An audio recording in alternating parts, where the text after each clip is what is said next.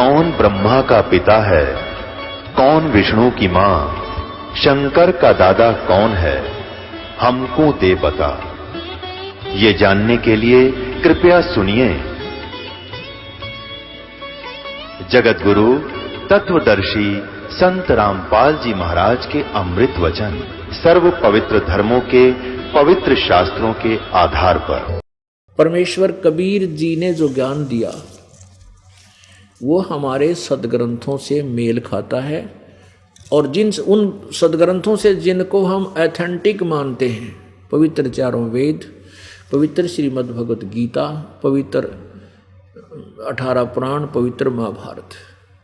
अब जैसे प्रसंग चल रहा था कि इस गीता जी का ज्ञान श्री कृष्ण जी ने नहीं बोला, ये काल ने श्री कृष्ण में प्रवेश करके बोला। इसका थोड़ा सा झलक दिखाएंगे, बाकी विस्तृत जानकारी तो कई बार दे चुके हैं, समय आने पर फिर भी देंगे। अब इसका प्रमाण कहा कि महाभारत ग्रंथ है, उसके आपको दिखाते हैं द्वितीय खंड में ये है, देखो, पवित्र चारों वेद, पवित्र 18 पुराण, पवित्र श्रीमद् भगवत गीता, पवित्र महाभारत आदि जो सदग्रंथ हैं, ये श्री वेद व्यास जी द्वारा लिपिबद्ध किए गए हैं। अब हम ये कहें कि वेद सच्चे हैं और पुराण झूठे हैं, या महाभारत झूठा है, केवल वेद ही सच्चे हैं, नहीं, ये हमारी अपनी सोच है। अब देखो, लेखक ने, लिखने वाला गलत नहीं है, लेखक को दिव्यदृष्टि दे दी काल भगवान ने। जैसे यह गीता बोली गई थी युद्ध में और लिखी व्यास जी ने बाद में सैकड़ों वर्ष के बाद, तो कहने का भाव ये है कि एक हमारे ब्रह्मांड में ये शब्द खंड नहीं होता, ये जो वचन बोले जाते हैं ब्रह्मांड में गूंजते रहते हैं, चलते रहते हैं, और एक फिल्म बन जाती है, प्रत्येक प्राणी में फीड हो जाती है वो फिल्म। और परमात्मा के कंप्यूटर में, परमात्मा के पास भी इस प्रत्येक वार्ता का वहाँ रिकॉर्ड होता है कोड वर्डों में। तो जिस पर वो रजा कर देता प्रभु, जैसे ब्रह्म ने रजा कर दी व्यास जी पर, तो व्यास जी की दिव्य दृष्टि खुल गई, और इसने अपनी दिव्य दृष्टि से पहले का चित्रण जो भी हुआ, जिसने जैसा वार्ता की जिस भी विषय में, वो ज्यों का त्यों लिपिबद्ध कर दिया जैसे इसके सामने बोला जा रहा है।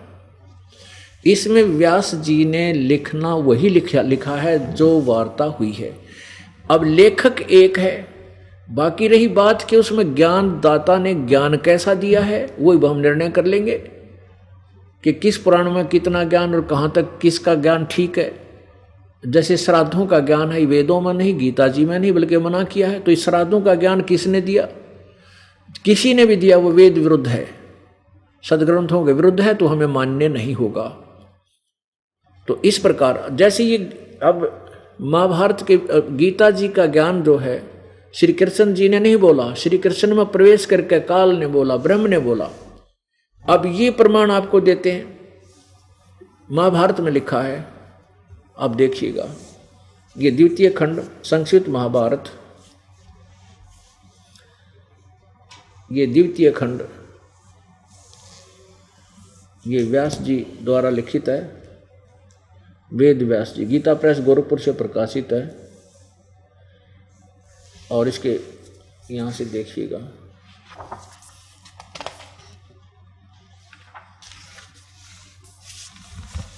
ये संक्षिप्त महाभारत द्वितीय खंड, महाभारत सरल और संक्षिप्त हिंदी अनुवाद,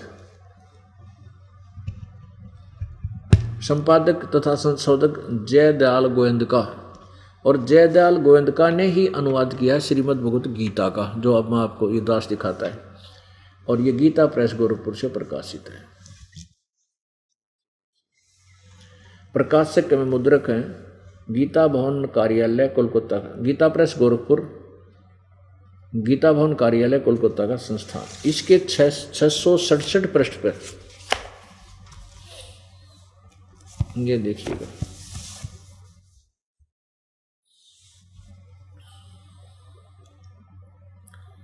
श्री कृष्ण का अर्जुन से सिद्ध महर्षि और कश्यप का संवाद। अश्वमेधिक पर्व। अश्वमेधिक अर्जुन का श्री कृष्ण से गीता का विषय पूछना और श्री कृष्ण का अर्जुन से सिद्ध, महर्षि और कश्यप का संवाद। जन्मेजय ने पूछा, ब्राह्मण, शत्रुओं का नाश हो जाने के बाद जब महात्मा श्री कृष्ण और अर्जुन सभा में बैठकर वार्तालाप कर रहे थे, उसमें उनमें क्या क्या बातचीत हुई। वैशंपायन जी ने कहा, राजन, श्री कृष्ण के सहित अर्जुन ने जब अपने राज्य पर पूरा अधिकार प्राप्त कर लिया तो वे दिव्य सभा भवन में आनंद के साथ रहने लगे। एक दिन स्वजनों से घिरे हुए वे दोनों मित्र स्वेच्छा से घूमते घूमते सभा मंडप के ऐसे भाग में पहुंचे जो स्वर्ग के समान सुंदर था। पांडुनंदन अर्जुन श्री कृष्ण के साथ रहकर बहुत प्रसन्न थे। उन्होंने एक बार उस रमणीय सभा की ओर दृष्टि डालकर भगवान से ये वचन कहा, देवकी नंदन, जब युद्ध का अवसर उपस्थित था उस समय मुझे आपके महात्म्य का ज्ञान और ईश्वरीय स्वरूप का दर्शन हुआ था, किंतु केशव, आपने स्नेहवश पहले मुझे जो ज्ञान उपदेश दिया था वह सब इसमें बुद्धि के दोष से मैं भूल गया है। अर्जुन कहता है कि जो तूने युद्ध के समय मुझे जो गीता का ज्ञान दिया है वो मैं भूल गया। उन विषयों को सुनने के लिए बारंबार मेरे मन में उत्कंठा होती है। इधर आप जल्दी ही द्वारका जाने वाले, अतः पुनः वह सब विषय मुझे सुना दीजिए। अर्जुन कह रहा है कि मुझे गीता जी का ज्ञान वो फिर सुना दे। वैशंपायन जी कहते हैं, अर्जुन के ऐसे कहने पर वक्ताओं में श्रेष्ठ महातेजस्वी भगवान श्री कृष्ण ने उन्हें गले से लगाकर इस प्रकार उत्तर दिया। श्री कृष्ण बोले, अर्जुन, उस समय मैंने तुम्हें अत्यंत गोपनीय विषय का श्रवण करा था। अपने स्वरूप भूत धर्म सनातन पुरुषोत्तम तत्व का परिचय दिया था और शुक्ल कृष्ण गीता आदि नित्य लोकों का भी वर्णन किया था, किंतु तुमने जो अपनी नासमझी के कारण उस उपदेश को याद नहीं रखा, यह जानकर मुझे बड़ा खेद हुआ है। उन बातों को अब पूरा स्मरण होना संभव नहीं पड़ता। पांडुनंदन, निश्चय ही तुम बड़े श्रद्धाहीन हो, तुम्हारी बुद्धि अच्छी नहीं जान पड़ती। अब मेरे लिए उस उपदेश को ज्यों का त्यों दोहरा देना कठिन है, क्योंकि उस समय योग युक्त होकर मैंने परमात्म तत्व का वर्णन किया था। अब पुण्य आत्माओं, अब यहाँ लेखक ने थोड़ा सा अपना विचार भी जोड़ दिए जाते हैं। अब जैसे श्री कृष्ण जी अर्जुन पर तो डांट मार रहा है कि तू बड़ा श्रद्धाहीन है, तेरी बुद्धि अच्छी नहीं है, तूने उस गीता के ज्ञान को याद क्यों नहीं रखा, और खुद कहता मुझे अभी याद नहीं, मैं उसको दोबारा जो कहता हूँ नहीं बता सकता। अरे भले आदमियों, ये दास सत्संग कर रहा है, आज जिस विषय पर सत्संग करूँ और मुझे आप 20 वर्ष के बाद पूछ लेना जी वो विषय, वो कथाएं आपने सुनाई थी वो फिर सुनाइए, 2 मिनट में सुना दूंगा, क्योंकि मैं स्वयं बोल रहा हूँ। यदि मैं नहीं बोल रहा हूँ और मेरे अंदर कोई प्रेत बोल रहा है तो फिर मैं यही अटकलबाजी लाऊंगा। मैंने ये क्योंकि सुन लेता है, जैसे भूत दूसरे में बोलते हैं, ये प्रेत पितर किसी में प्रवेश करके बोलते हैं और वो पता नहीं क्या क्या बातें कह जाते हैं। जब वो निकल जाता है प्रेत उसमें से, तो वो प्रेत जिसमें प्रेत प्रवेश थे वो आत्मा बोल, उससे पूछा जाता है कि तू ऐसे बोल रहा था, तू ऐसे बोली थी, तूने ऐसे कहा था, तो उसको कुछ याद नहीं रहता, तो उसको याद नहीं होता मैंने क्या बोला था। तो औरों से सुने हुए कुछ बातें याद रह जाती हैं कि मैंने कुछ बोला था, लेकिन उसने कुछ नहीं बोला होता, उसको याद भी नहीं होती। तो वो कई तो कहते हैं मुझे पता नहीं मैंने क्या बोला था, ऐसा ही है। तो प्रेत निकल जाने पर वो प्रेत बोलकर चला जाता। ऐसे ये काल प्रेतवत प्रवेश करके श्री कृष्ण जी में युद्ध करवाने के लिए अटकलबाजी और वेदों का भी यथार्थ ज्ञान और कुछ अपने विचार सोच उसमें डाल दिए, क्योंकि काल ये चाहता है कि इस प्राणियों को यथार्थ ज्ञान ना हो पावे और ये मेरे जाल में फंसे रहे। यानी उसने लिखा ना, मेरे में रहने वाली व निर्वाण परमाम शांति, मेरे तक रहने वाली जितना लाभ है वो तुझे मिल जाए, वो अपनी साधना भी साथ बताता है। तो कहने का भाव ये है कि इससे सिद्ध हो गया कि गीता जी का ज्ञान श्री कृष्ण जी ने नहीं बोला, और ये प्रवेश करके बोलता है काल, जैसे ये महाविष्णु महाब्रह्मा महाशिव रूप भी धारण कर लेता है, यानी विष्णु जैसा रूप कर लेता है। तो ब्रह्मा ने जब दूसरा ब्रह्मा दिखाई देता है तो ये कह देता है वो कोई महाब्रह्मा है। विष्णु ने कोई और भी, जैसे विष्णु भी देखा किसी संत ने और वो एक विष्णु और भी देखा, तो वो विष्णु कह देता है वो महाविष्णु है। तो वो महाविष्णु महाब्रह्मा महाशिव का रूप धारण जो करता है वो कौन है? ये ब्रह्म है, ये क्षर पुरुष है, ये ज्योति निरंजन कहलाता, ये काल है। और यही सब छल छिद्र करता रहता है। तो ये काल उसमें प्रवेश करता है प्रत्येक व्यक्ति में और अपना काम कर देता है जो इसने करना और करवाना है। इसने युद्ध करवाना था, श्री कृष्ण नाट्य अर्जुन मना करे, क्योंकि पहले श्री कृष्ण जी 3 बार गए थे शांति दूत बन के कि भाई युद्ध ना करो, और यहाँ तक कह दिया था कि मैं युद्ध नहीं करूँगा, मैं हथियार नहीं उठाऊंगा, एक तरफ मेरी सेना होगी एक तरफ मैं होऊंगा, और मैं हथियार भी नहीं उठाऊंगा। तो इससे सिद्ध है कि भगवान ने आखिरी दाव लगा दिया था कि हो सकता है ये युद्ध टल जावे, लेकिन नहीं टला।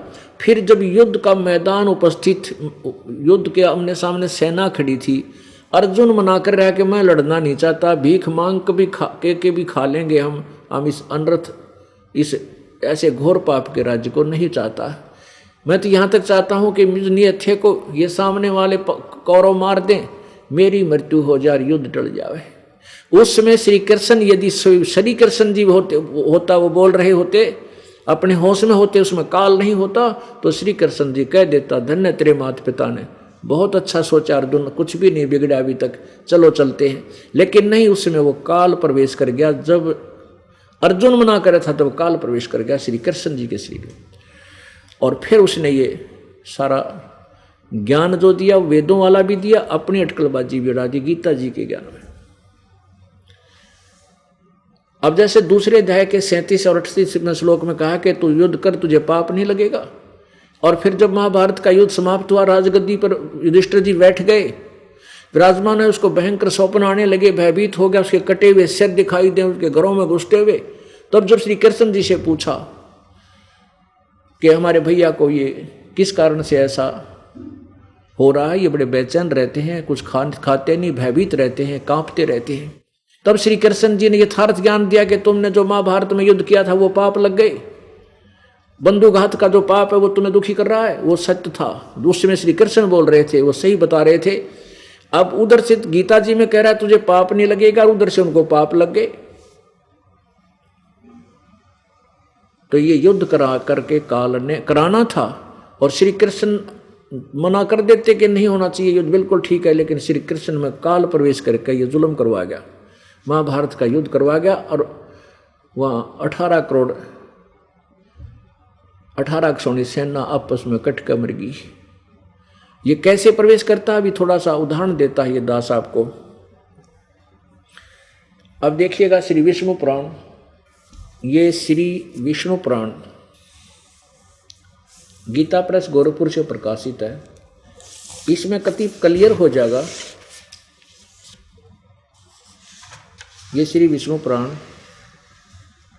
अनुवादक श्री मुनीलाल गुप्त, प्रकाशक एवं मुद्रक गीता प्रेस गोरखपुर, गोविंद भवन कार्यालय कोलकाता का संस्थान।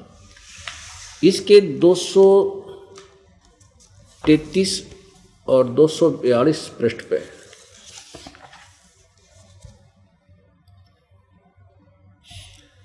ये देखिएगा, ये चतुर्थ अंश और प्रश्न नंबर 233 श्री विष्णु पुराण है। ये प्रश्न नंबर 233, ये दूसरा अध्याय, और इसका मंत्र नंबर 21, यानी 23, 22, 23 यहां से दिखाते आपको। पुरंजय का भी एक दूसरा नाम पड़ा यहां से। पूर्व काल में त्रेता युग में एक बार अति भीषण देव असुर संग्राम हुआ, उसमें महाबलवान दैत्यगण से पराजित हुए। देवताओं ने भगवान विष्णु की आराधना की। तब अति अंत शून्य अशेष जगत प्रतिपालक श्री नारायण ने देवताओं से प्रसन्न होकर कहा, आप लोगों का जो कुछ अभिष्ट है वह मैंने जान लिया है। उसके विषय में यह बात सुनिए। राज ऋषि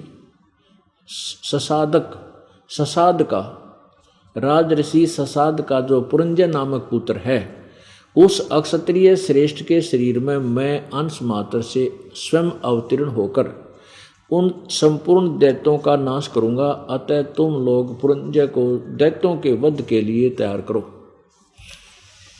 अब ये जो यहाँ पर इन्होंने स्तुति जो किसकी की, ये काल की स्तुति करते हैं। तू अजन्मा है, सर्वश्रेष्ठ है, तू ज्योति स्वरूप है, तेरा ओम ओंकार नाम है, तू ऐसा है। तो ये स्तुति जब ऐसी करते हैं तो ये काल विष्णु रूप में सामने आ जाता है। तो ये ऋषि लोग और देवता लोग इन्हीं ब्रह्मा विष्णु को, जो एक के गुण युक्त रजगुण ब्रह्मा, सतगुण विष्णु, तमगुण शिव जी, जो इस काल के पुत्र हैं, ये यही मान लेते हैं कि यही शायद यही विष्णु है जो यही हमारे सामने आया। लेकिन ये होता है काल, ये अपने वास्तविक रूप में कभी प्रकट नहीं होता। इसने दृढ़ प्रतिज्ञा की हुई है, कसम खाई है। जैसे गीता जी अध्याय नंबर 11 के श्लोक 47-48 में ये काल कह रहा है, अर्जुन ये मेरा विराट रूप तूने देखा, मेरा ये वास्तविक रूप है, भयंकर रूप। ये मेरा रूप तूने ना तो पहले देखा, किसी ने नहीं देखा और न आगे देख सकता, ना वेदों वर्णित विधि से, ना किसी जप से, ना तप से, ना किसी क्रिया से कोई नहीं देख सकता। ये तो मैंने तेरे ऊपर कृपा करके मेरा यथार्थ रूप बनाया है। 7वें अध्याय के 24-25 श्लोक में कहा है कि अर्जुन ये मूढ़ जन समुदाय, ये मूर्ख सैनिक मुझे श्री कृष्ण मान रहे, मैं व्यक्ति रूप में उत्पन्न हुआ मानते हैं। मैं अर्थात मुझे श्री कृष्ण मान रहे हो कि जो मैं बोल रहा हूँ मैं श्री कृष्ण नहीं हूँ, मैं मनुष्य रूप में प्रकट नहीं होता, अपनी योग माया से छुपा रहता हूँ। ये मेरा अटल अनुतम सिद्धांत है, अटल अविनाशी अवय यानी अविनाशी अनुत्तम माने घटिया सिद्धांत है कि मैं अपने यथार्थ काल रूप में किसी के सामने नहीं आता, मैं अपनी योग माया से छुपा रहता हूं। अब ये क्या करता है कि अपने वास्तविक रूप से नहीं आता, ऐसे ब्रह्मा विष्णु महेश शिवादि के रूप, महेश जी की रूप धारण करके प्रकट हो जाता है। तो ये समझ नहीं पाते ये विष्णु कौन है। तो यहाँ विष्णु जो है ये काल है, वो बोल रहा है, वो कहता है कि मैं ससाद राज ऋषि राजा के पुत्र पुरंजय के शरीर में प्रवेश होऊंगा भूत की तरह और राक्षसों को मार दूंगा। तुम उस पुरंजय को तैयार करो, युद्ध में वहां खड़ा कर लो उनके सामने, फिर मैं प्रवेश करके उनमें थोड़ी सी देर के लिए अंश मात्र से उनको मार डालूंगा। ऐसा ही हुआ। अब 242 पे कति क्लियर हो जाता है। ये देखिए, ये है चतुर्थ अंश और इसका 242 पृष्ठ पे श्री विष्णु पुराण 3रा अध्याय, चतुर्थ अंश का 3रा अध्याय और इसका मंत्र नंबर 5 से 6। ये देखो, गंधर्वों पूर्व काल में रसातल में मौने नामक करोड़ गंधर्व रहते थे। उनमें समस्त नागकुल के प्रधान रतन और अधिकार उन्होंने समस्त नागकुलों के प्रधान रतन और अधिकार छीन लिए थे। गंधर्वों के पराक्रम से अपमानित उन नागेश्वरों द्वारा स्तुति किए जाने पर उसके श्रवण करने से जिनकी विकसित कमल दर्शी आँखें खुल गई हैं, निंद्रा के अनंत में जागे हुए उन जलशाही भगवान सर्वेश्वर को प्रणाम कर उन से नागगणों ने कहा, भगवान इन गंधर्वों से उत्पन्न हुआ हमारा भय किस प्रकार शांत होगा। तब आदि अनंत भगवान पुरुषोत्तम ने कहा, योनासव के पुत्र मानधाता का जो पुरोकुत्स नामक पुत्र है, उसमें प्रविष्ट होकर मैं उन संपूर्ण दुष्ट गंधर्वों का नाश कर दूंगा। उसमें प्रविष्ट होकर भूत की तरफ प्रवेश करके उन गंधर्वों का मैं नाश कर दूंगा, मार दूंगा। तो पुण्यात्माओं, ऐसा ही छल कपट लीला इस काल ने महाभारत का युद्ध कराने के लिए गीता जी का ज्ञान देते समय श्री कृष्ण जी में प्रवेश किया। अब इस सारे प्रयत्न का, इस सारे ज्ञान का जो निष्कर्ष है, ये दास समझाना चाहता था कि ये काल ऐसे कमाल करता है कि यथार्थ ज्ञान को उलझाने के लिए ये अपने 21 ब्रह्मांड के विद्वान पुरुषों में अपना भी अज्ञान भर देता है। फिर वो यथार्थ ज्ञान से अपरिचित रहते हैं। जैसे चारों वेदों का ज्ञान इनकम्प्लीट है, लेकिन गलत नहीं है। इन चारों वेदों के ज्ञान को भी ये ना ब्रह्मा समझ सका, ना विष्णु समझ सका, ना शिव जी समझ सका। अब ये बात फिर खटकती है कि ब्रह्मा विष्णु और शिव जी वेदों को नहीं जान सके। हाँ, ये भी थोड़ा सा प्रमाण अब देना पड़ेगा, क्योंकि ऐसा प्रवचन है जो हजारों वर्षों के बाद, लाखों वर्षों के बाद कहूँ तो वो भी श्रेष्ठ है। क्योंकि जब परमात्मा ने 600 वर्ष पहले ये वचन बोले तो किसी ने माना नहीं, क्योंकि हम अशिक्षित थे। सदग्रंथों को, अपने ऑथेंटिक जो अपने वास्तविक ग्रंथ थे, सदग्रंथों को हम नहीं देख नहीं सकते थे, समझ भी नहीं सकते थे। देखना भी अलाउड नहीं था हमारे को। सदग्रंथों को केवल ब्राह्मण वर्ग का कब्जा था और वही संस्कृत भाषा जान सकते थे। और हमारे को जैसा भी उन्होंने मिथ्या ज्ञान सुनाया उसको हमने सहर्ष स्वीकार कर लिया कि ये वेदों के और संस्कृत भाषा के ज्ञाता हैं, ये सही कह रहे होंगे, पुराणों को सही समझा होगा। लेकिन उन्होंने पुराणों को बिल्कुल ही नहीं समझा, उनको पता ही नहीं था, वेदों का ज्ञान ही नहीं था ब्राह्मणों को।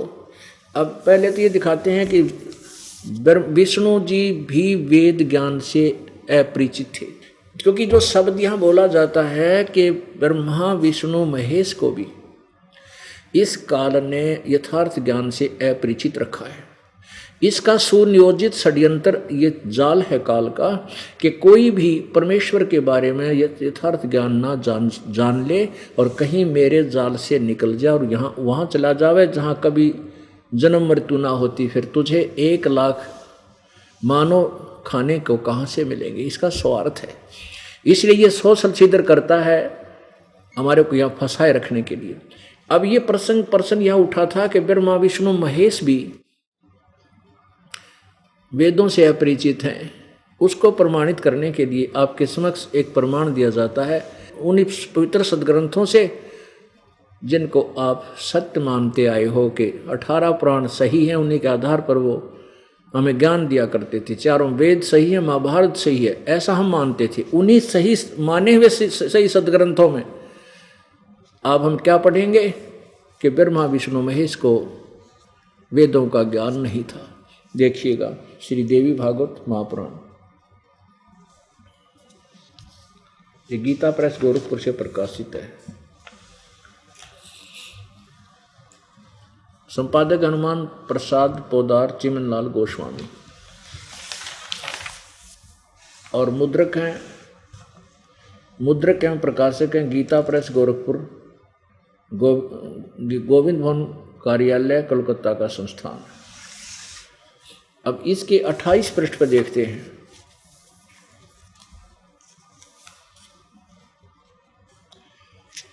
अब हम इतना ही पढ़ेंगे जितना हमें आवश्यक है, बाकी किसी को शंका है तो ये पृष्ठ और अध्याय सारे बताए जाते हैं, तो अपने घर पे देख सकता है। पहला स्कंद देवी भागवत का पृष्ठ नंबर 28 पर।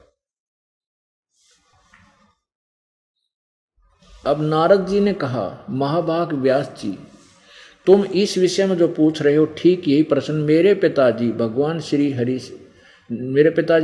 श्री हरि से किया था, यानी विष्णु जी से। देवादिदेव भगवान जगत के स्वामी हैं। लक्ष्मी जी उनकी सेवा में उपस्थित रहती है। दिव्य कौष्टमणि उनकी शोभा बढ़ा रही है। वे शंख चक्र गदा पदम लिए रहते हैं। ऐसे जगत प्रभु भगवान श्री हरि महान तप कर रहे थे, उनकी समाधि लगी थी। ये देखकर मेरे पिता ब्रह्मा जी को बड़ा आश्चर्य हुआ। अतः उन्होंने उनसे जानने की इच्छा प्रकट की। ब्रह्मा जी ने पूछा, प्रभु आप देवताओं के अध्यक्ष, जगत के स्वामी और भूत भविष्य में वर्तमान सभी जीवों के एकमात्र शासक हैं। भगवान आप क्यों तपस्या कर रहे हैं और किस देवता की आराधना में ध्यान मग्न है? मुझे असीम आश्चर्य तो ये हो रहा कि आप देवेश्वर और एवं सारे संसार के शासक होते हुए भी समाधि लगाए बैठे। अपने आत्माओं संक्षेप में बताते हैं 29 पृष्ठ पे प्रथम सकंद में यहाँ उत्तर दिया है किसने? भगवान विष्णु जी ने। मुझे सब प्रकार से शक्ति यानी दुर्गा के अधीन होकर रहना पड़ता है। उन्हीं भगवती शक्ति का मैं निरंतर ध्यान किया करता हूँ, उसी का ध्यान तपस्या कर रहा हूँ दुर्गा का। ब्रह्मा जी मेरी जानकारी में इन भगवती शक्ति से बढ़कर दूसरे कोई देवता नहीं। अब जय श्री विष्णु जी ने वेदों का ज्ञान समझा होता, ये जानकार होता, क्या ये शब्द बोलता? अब ये कहता कि मैं तो इस दुर्गा से ऊपर किसी को भगवान नहीं मानता, इसी का तप करता हूं। और ये कितने सुखी हैं इसके विषय में थोड़ा सा इसे 29 पृष्ठ पर देख लीजिए। ये क्या कहते हैं कि मैं सदा तप करने में लगा रहता हूं, इस शक्ति के शासन से मैं कभी मुक्त नहीं रहता, दुर्गा के अधीन रहता हूं। कभी अवसर मिला तो लक्ष्मी के साथ सुख पुरुष में बिताने का सौभाग्य प्राप्त होता है। मैं कभी तो दानों के साथ युद्ध करता हूं, राक्षसों के साथ। अखिल जगत को भय पहुंचाने वाले दैत्यों के विकराल शरीरों का नाश करना मेरा परम कर्तव्य हो जाता है। पहले तो इनको खुद भगवान को चैन नहीं, और फिर ये कहते हैं कि मेरी जानकारी में भगवती शक्ति से बढ़कर कोई दूसरा नहीं, देवता नहीं है, भगवान नहीं है। मैं इसी भगवती शक्ति का निरंतर ध्यान किया करता हूँ। अब ये दुर्गा कहती है कि वो परमात्मा कोई और है जिसकी पूजा करनी चाहिए। तो अगर श्री विष्णु जी ने वेद ज्ञान प्राप्त होता तो ये शब्द नहीं बोलते। इससे सिद्ध है कि विष्णु जी को वेदों का ज्ञान नहीं था। अब वेदों में तो केवल जैसे यजुर्वेद अध्याय नंबर 40 के श्लोक नंबर मंत्र नंबर 15 और 17 में स्पष्ट किया है। 15 में लिखा कि ओम कर्तु समर कल्वे समर कर्तुम समर। ओम नाम का जाप काम करते करते सुमन करो, विशेष कसक के साथ कर सुमन करो। मनुष्य जीवन का प्रथम कर्तव्य जानकर ओम नाम का जाप करो, नथिंग एल्स। बाकी यज्ञ 5 यज्ञ हैं, जैसे एक है धर्म की, दूसरी यज्ञ ध्यान, तीसरी यज्ञ हवन की, चौथी यज्ञ प्रणाम और 5वीं यज्ञ ज्ञान की। ये भी करनी है, ये प्रमाण है वेदों में, लेकिन तप और हठ योग का कितना प्रमाण नहीं है। तो इसे अब देखो दुर्गा क्या बताती है इसी देवी पुराण में 562 पृष्ठ पे, 562 पृष्ठ पे ये है 7वां सकंद, ये है 7वां सकंद अध्याय नंबर 36 पृष्ठ नंबर 562। इसमें यहाँ से प्रारंभ होता है देवी द्वारा हिमालय को ज्ञानोपदेश और ब्रह्म स्वरूप का वर्णन। अब देखना इस देवी के भी दोगले वचन। श्री देवी जी कहने लगी, पर्वतराज इस प्रकार योग युक्त होकर मुझे ब्रह्म स्वरूपा देवी का ध्यान करो। या कहती है मेरा ध्यान करें। यह ध्यान आसन पर भली भांति बैठकर अहतु की भक्ति के साधना साथ करना चाहिए। अब यहाँ तो इसने भ्रमित कर दिया कि मेरी भक्ति कर। आगे कहती है उस ब्रह्म का क्या स्वरूप है यह बतलाया जाता है, जो प्रकाश रूप सबके अनंत समीप में स्थित हृदय रूप गुहा में स्थित होने के कारण गुहाचर नाम से प्रसिद्ध और महान पद अर्थात परम प्राप्य है। अब देखो वह समस्त प्रज्ञा के ज्ञान से परे है, प्रजा के ज्ञान से परे है, अर्थात किसी की बुद्धि में आने वाला नहीं है, यह तुम जानो। जो परम प्रकाश रूप है, सूक्ष्म से अति सूक्ष्म है, जिसमें संपूर्ण लोकों में निवास करने वाले प्राणी स्थित हैं, वही अक्षर ब्रह्म है, वही सबका प्राण, वही सबकी वाणी, वही सबके मन, वह परम सत्य और अमृत अविनाशी तत्व है। वेदनी योग लक्ष्य, उस वेदने योग लक्ष्य का तुम वेदन करो, मन लगाकर उसमें तन्मय हो जाओ। अब यहाँ स्पष्ट किया है कि उस और परमात्मा है उसको प्राप्त करो, उसी का उद्देश्य बनाओ प्राप्त करने का। आगे बता सौम्य उपनिषदों में कथित महान अस्त्र रूप धनुष लेकर उस पर उपासना द्वारा तीक्ष्ण किया हुआ बाण संधान करो और फिर भावना गोचर द्वारा उस बाण को खींचकर उस अक्षर रूप ब्रह्म को ही लक्ष्य बनाकर वेदन करो। अब ये क्या बताती है कि उसका ओम नाम है। ओम तो धनुष है, जीवात्मा बाण है, और ब्रह्म को उसका लक्ष्य कहा जाता है। यानी उस ब्रह्म का ओम नाम बता रही है दुर्गा, और ब्रह्म को ही पूजो और किसी की उसी एकमात्र परमात्मा को जाने, दूसरी सब बातें छोड़ दो। ओह, अब जो ब्रह्मा विष्णु जी दुर्गा की पूजा करते हैं, यहाँ कैंसिल होगी, दूसरी सब बातें छोड़ दो, उस एकमात्र परमात्मा को जाने। और यहाँ देखो, यह सब का आत्मा ब्रह्मलोक दिव्य आकाश में स्थित है। अब इससे क्या सिद्ध हो गया कि ब्रह्मा जी को वेदों का ज्ञान नहीं था। वो कहता मैं दुर्गा की पूजा करता हूँ और समाधिस्थ होता हूँ, ध्यान लगाता हूँ, हठ योग करता हूँ, तप करता हूँ, घोर तप करता हूँ। अब घोर तप की बीमारी कितना लगी, जबकि वेदों में ना गीता जी में इसको मना किया है। जो हट करते हैं, घोर तप को तपते हैं, वो मुझे भी दुखी करते हैं। वो राक्षस स्वभाव को धारण किए हुए हैं, उनको घोर नरक में डाले जाएंगे। इसका प्रमाण देखिए 17वें अध्याय का, ये देखिएगा श्रीमद् भगवत गीता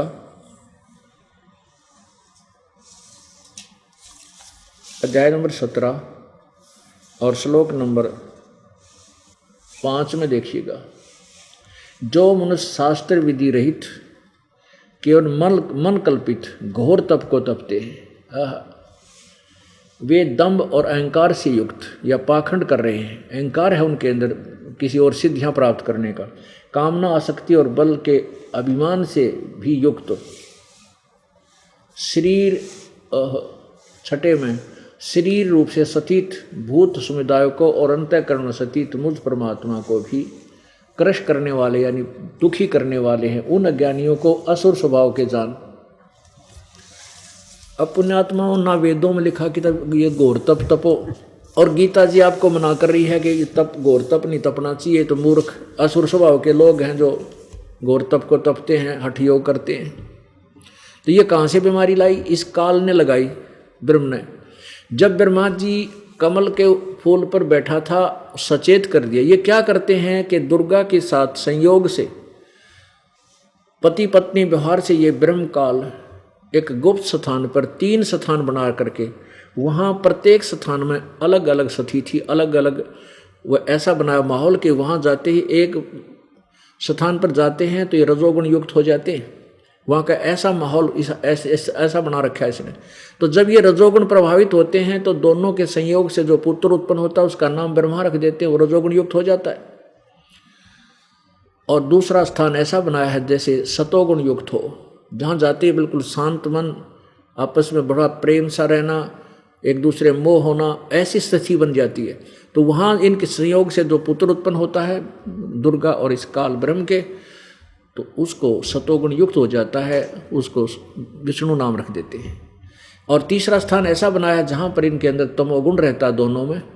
जब उस स्थिति में जो पुत्र उत्पन्न होता है वहाँ रहते रहते तो वो तमोगुण युक्त हो जाता है, उसका नाम शिव रख देते हैं, वो तमोगुण हो जाता है। जैसे एक मकान में 3 कमरे कक्ष हों, एक कक्ष में साधु संत फकीरों की मूर्ति हो, उसमें जाते ही आत्मा शांत हो जाती है, समझो वो सतोगुण प्रधान क्षेत्र है। एक में ऐसी अश्लील पुस्तकें हैं, तस्वीरें लगी हैं, ऐसी बकवादें लिखी हों, वहाँ जाते ही मन में 100 मलिन विचार उत्पन्न होने लग जाते हैं, वैसा ही भाव बन जाता है। और एक कक्ष में जैसे देशभक्तों के, शहीदों के फोटो लगे हों, उनको देख करके वैसे ही विचार उत्पन्न होने लग जाते हैं, उनकी हिस्ट्री याद आती है, तो वैसा ही शरीर बना रहता है, वैसा स्वभाव बन जाता है। ऐसे ही इस काल भगवान ने ब्रह्मलोक के अंतिम छोर पर, अंतिम आसमान पर, वहाँ ऐसी 3 स्थान बना रखे हैं, वो कति गुप्त हैं, दुर्गा और इसके अतिरिक्त तीसरा नहीं जानता। तो इनको वहाँ पैदा करते हैं और अचेत कर देते हैं। जब इनको सचेत करना होता है, ब्रह्मा को कमल के फूल पर और विष्णु को शेषनाग की सैया पर, तो इनको सुलाकर इसी के नाभि तक कमल फूल निकाल देता है। शंकर जी को कहीं कैलाश पर्वत पर, अलग कैलाश पर्वत पर वहाँ रख देता है, और जब ये युवा होते हैं इनको सचेत कर देता है।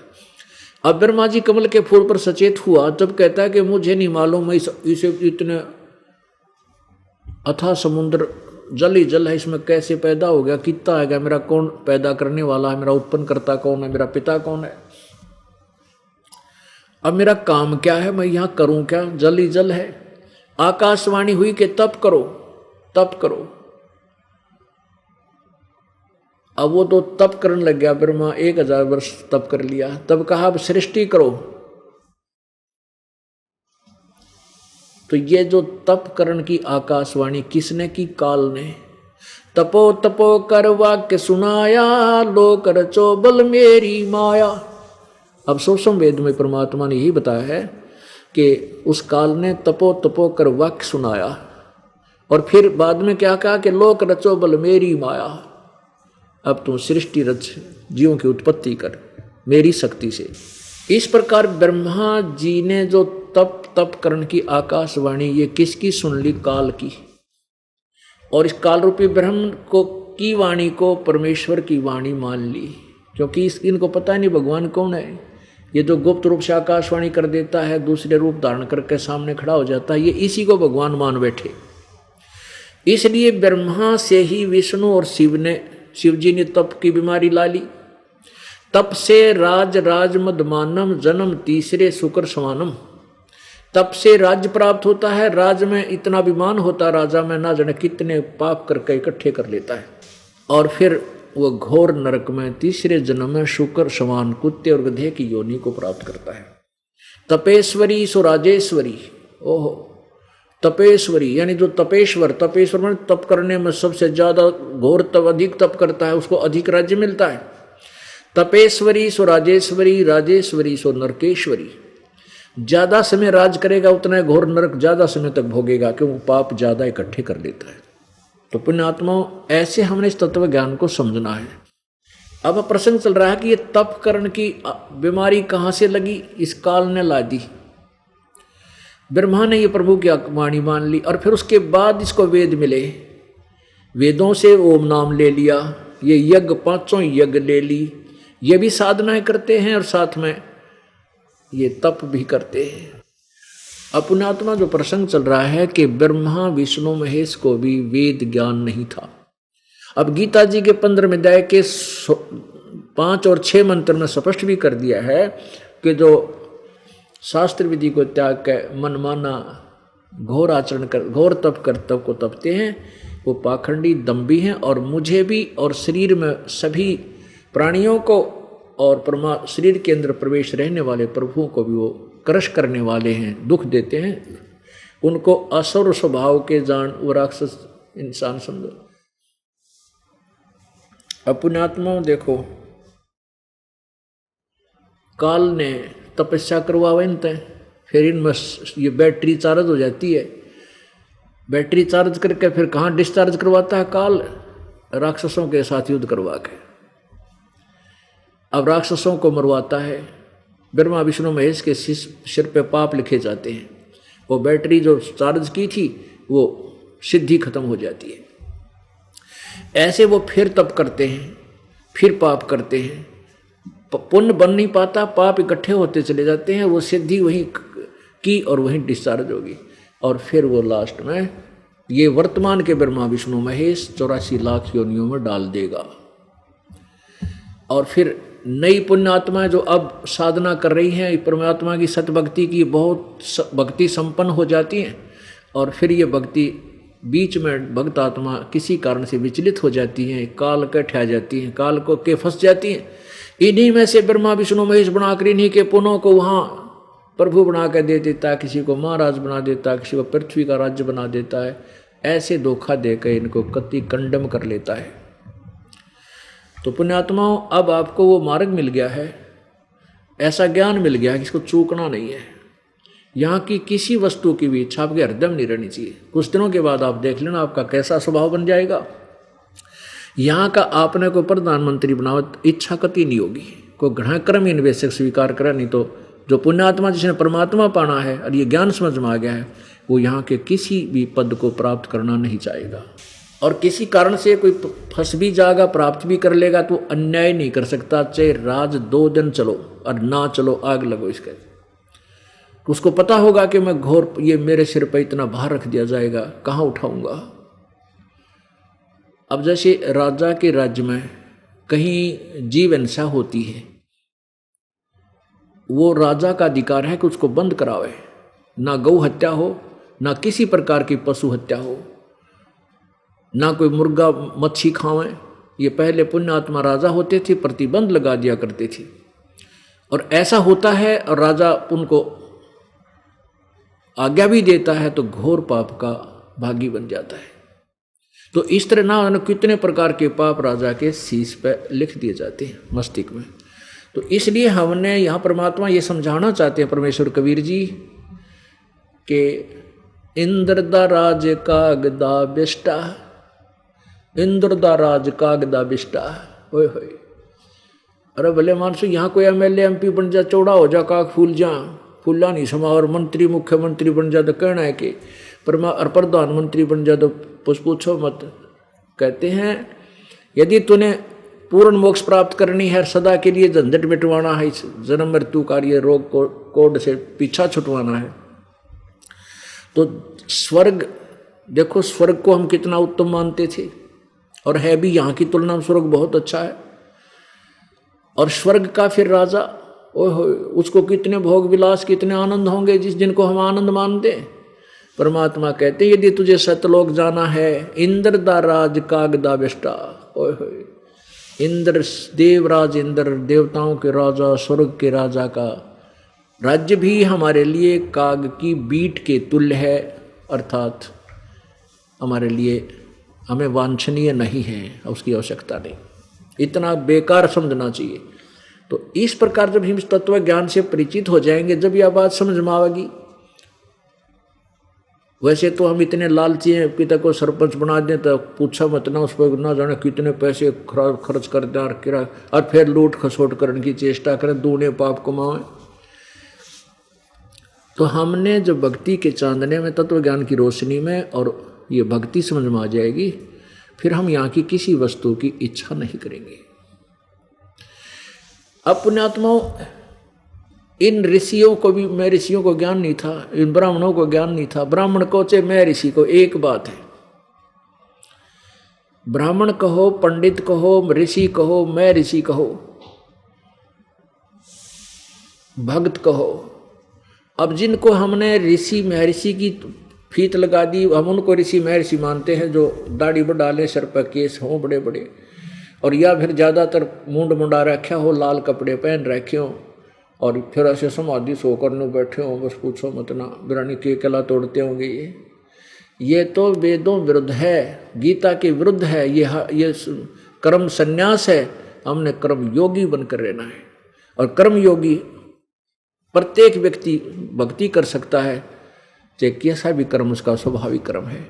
लेकिन जीव हिंसा करने वाले को जीव हिंसा त्यागनी पड़ेगी, वो कर्म नहीं है। बकरे काटा कोई, वो कर्म है, वो कर्म नहीं है, स्वाभाविक कर्म नहीं है, वो तो बकवादी कर्म है, वो नहीं करना हमने। हमारा स्वाभाविक कर्म है, उनको हम करते हुए जिसमें जीव हिंसा ना हो।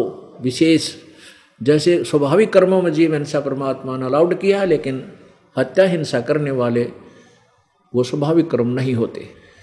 अब उन ब्राह्मणों ने ज्ञान नहीं था वेदों का, वो इन्हों को हम भी दुर्गा की पूजा कर। अब देखो, वही पुराण जो परमात्मा खुद बताया करते थे कबीर जी, कि जो साधना तुम करते हो, जिन देवी और देवताओं की पूजा करते हैं, इनसे तुम्हारा मोक्ष नहीं हो सकता, ये शास्त्र अनुकूल नहीं, साधना सा नहीं है।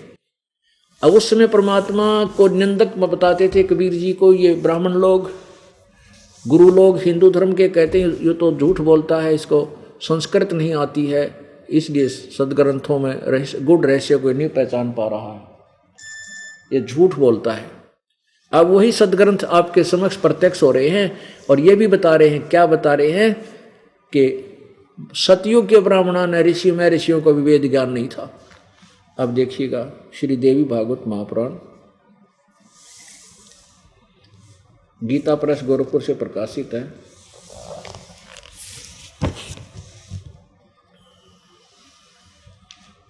संपादक हनुमान प्रसाद पोदार, चिमन लाल गोस्वामी।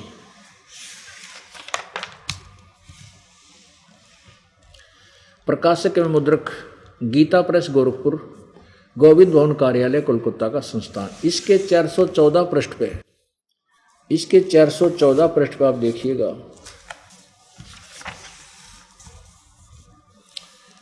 414 पृष्ठ संक्षिप्त देवी भागवत छठा स्कंद 414 पृष्ठ पे जन्मेजय ने पूछा, महाभाग किस युग में कैसा धर्म स्वरूप है, इस संपूर्ण विषय को विशेष रूप से बताने की कृपा कीजिए। व्यास जी बोले, नर्प शार्दूल राजन, यह निश्चय है कि सतयुग में ब्राह्मण वेद के पूर्ण विद्वान थे। उनके द्वारा निरंतर भगवती जगदम्बा की आराधना होती थी। अरे वाह, वेद के पूर्ण विद्वान थे ब्राह्मण, और वो भगवती जगदम्बा यानी दुर्गा की पूजा करते थे। भगवती का दर्शन करने के लिए उनका मन सदा ललायित रहता था। गायत्री के ध्यान, प्रणाम और जप में सदा अपना सारा समय व्यतीत करते थे। माया बीज का जाप करना उनका प्रधान कार्य था। प्रत्येक गांव में शक्ति मंदिर का उद्घाटन हो, इस विषय की उनकी मन में बड़ी उत्सुकता रहती थी। अपने आत्माओं, ये तक है दुर्गा की पूजा करते थे, वेद के बड़े पूर्ण विद्वान थे। और दुर्गा 562 पृष्ठ पर कह रही है कि उस पर ब्रह्म है, पूजन योग्यता है, केवल उससे अतिरिक्त किसी की पूजा मत करो। वो ब्रह्म लोक में रहता है, वो सबका मालिक ब्रह्म लोक में रहता है। और गीता जी कहती है कि ब्रह्म लोक तक गए हुए भी पुनर्वृत्ति में है, पूर्ण मोक्ष नहीं। अब देखिए पवित्र श्रीमद् भगवद गीता जी, इसके अनुवादक हैं जय दयाल गोविंद का। 8वें अध्याय के और 16वें श्लोक में ये देखिएगा, अध्याय नंबर 8 और श्लोक नंबर 16। हे अर्जुन, ब्रह्मलोक पर्यंत सब लोग पुनरावृत्ति में हैं। अब पुनरावृत्ति माने जन्म मृत्यु में हैं। दोबारा इनका वहाँ गए हुए प्राणी भी फिर भी लौटकर संसार में आते हैं, जन्म मृत्यु होती है, पूर्ण मोक्ष प्राप्त नहीं करते। यानी ब्रह्मलोक जो है ब्रह्म का अंतिम स्थान है, इसको महास्वर्ग भी बोलते हैं। और यहाँ तक गए भी प्राणी फिर भी जन्म मृत्यु में होते हैं और पूर्ण मोक्ष प्राप्त नहीं करते। इसीलिए गीता जी अध्याय नंबर 7 के श्लोक नंबर 29 में अर्जुन को ये गीता ज्ञान दाता काल भगवान ब्रह्म कह रहा है कि जिसमें मेरे ज्ञान पर आश्रित होकर कि उस तत्वदर्शी संत की खोज करके, जैसे 15वें अध्याय के 4थे श्लोक में कहा है, 1 से 4 में कहा है कि ऊपर को जड़ वाला तो पूर्ण परमात्मा है, नीचे को 3 गुण रूपी शाखा है, और इनको तत्व ज्ञान रूपी और जो इस पूर्ण विस्तार से इस वृक्ष के सभी अंगों को विस्तार से बताता है, स वेदवित, वो तत्वदर्शी संत है। उस तत्वदर्शी संत के पास जाकर के तत्व ज्ञान को सुन ले, जैसे 4थे अध्याय के 34वें श्लोक में और 32वें श्लोक में। तो उस तत्व ज्ञान सुन करके जो मैंने ये ज्ञान तुझे दिया अर्जुन के तत्वदर्शी संत की खोज कर उनसे तत्व ज्ञान सुन ले। इस मेरे इस ज्ञान पर जो आश्रित हो गए और उन्होंने तत्वदर्शी संत खोज लिया, उसके पश्चात उस तत्वदर्शी संत के बताए अनुसार वो उस तत्ब्रह्म से और पूरे संपूर्ण कर्मों से, कौन से कर्म पाप के हैं, कौन से शुभ हैं, किन कर्मों से क्या लाभ होता है, और सभी अध्यात्म ज्ञान से परिचित हो जाने के बाद वो व्यक्ति केवल जरा और मरण से छूटने का प्रयत्न ही करता है, उस तत्ब्रह्म। अब उस पूर्ण तत्ब्रह्म माने उस परमात्मा को, पूर्ण ब्रह्म को समझ लेता है, जान लेता है और पूरे आध्यात्मिक कर्मों को जान लेता है, तो फिर वो केवल जन्म मृत्यु से छूटने का प्रयत्न करता है, यहाँ की किसी वस्तु की इच्छा वो नहीं करता। तो 8वें अध्याय के प्रथम श्लोक में अर्जुन ने कहा कि परमात्मा किम तत्ब्रह्म, वो तत्ब्रह्म कौन है फिर जिसके बारे में जानने के बाद इंसान यहाँ रहना नहीं चाहता। तो 8वें अध्याय के 3रे श्लोक में गीता जी में गीता ज्ञानदाता ने कहा कि वो परम अक्षर ब्रह्म है। अपने आत्माओं 8वें अध्याय के 5वें श्लोक में कहा कि जो अंत समय में तू मेरी भक्ति करेगा तो मुझे प्राप्त होगा। 8वें अध्याय के 6ठे श्लोक में कहा है कि ये नियम है कि अंत समय में जो जिस भी भाव में भावित रहता है, जैसे पूर्ण परमात्मा की भक्ति करता है उसके पास जाता है, मेरी भक्ति करता मेरे पास आता है, देवी देवताओं की भक्ति करता उनके पास, उन्हीं के लोक में चला जाता है। तो इसका निष्कर्ष यह है कि 8वें अध्याय के 6ठे श्लोक का गीता जी में कि अंत समय में जो जिस भी भाव में भावित होता है उसी को प्राप्त होता है। अब 7वें श्लोक में 8वें अध्याय के में कहा कि तुम सदा मेरे तो युद्ध भी कर और सदा मेरा ध्यान भी कर, मेरा नाम भी जप, मेरा स्मरण भी कर, इस प्रकार तू मुझे प्राप्त होगा। अब यहाँ तक तो गीता ज्ञान दाता का चैप्टर समाप्त हो गया। अब 8वें 9वें और 10वें श्लोक में गीता ज्ञान दाता कह रहा है कि उस दिव्य परम परमेश्वर की भक्ति को अगर उसकी साधना करनी है तो उसको तत्वदर्शी संतों के पास जाकर उनसे पूछ ले, और जो उसकी पूजा करता है तो वो उसी को प्राप्त होता है, लेकिन होता है उसके संत के द्वारा दिए गए मंत्र की कमाई से, भक्ति की शक्ति से उसी परमात्मा के पास चला जाता है। इसलिए गीता जी अध्याय नंबर 18 के श्लोक नंबर 62 में कहा कि अर्जुन तू सर्वभाव से उस परमेश्वर की शरण में जा जिसकी कृपा से तू परम शांति और शाश्वतम स्थानम अर्थात सनातन परम धाम जो सदा रहने वाला स्थान, सत्यलोक, अविनाशी लोक, हम उसको सतलोक बोलते हैं, उस सतलोक को प्राप्त हो जाएगा।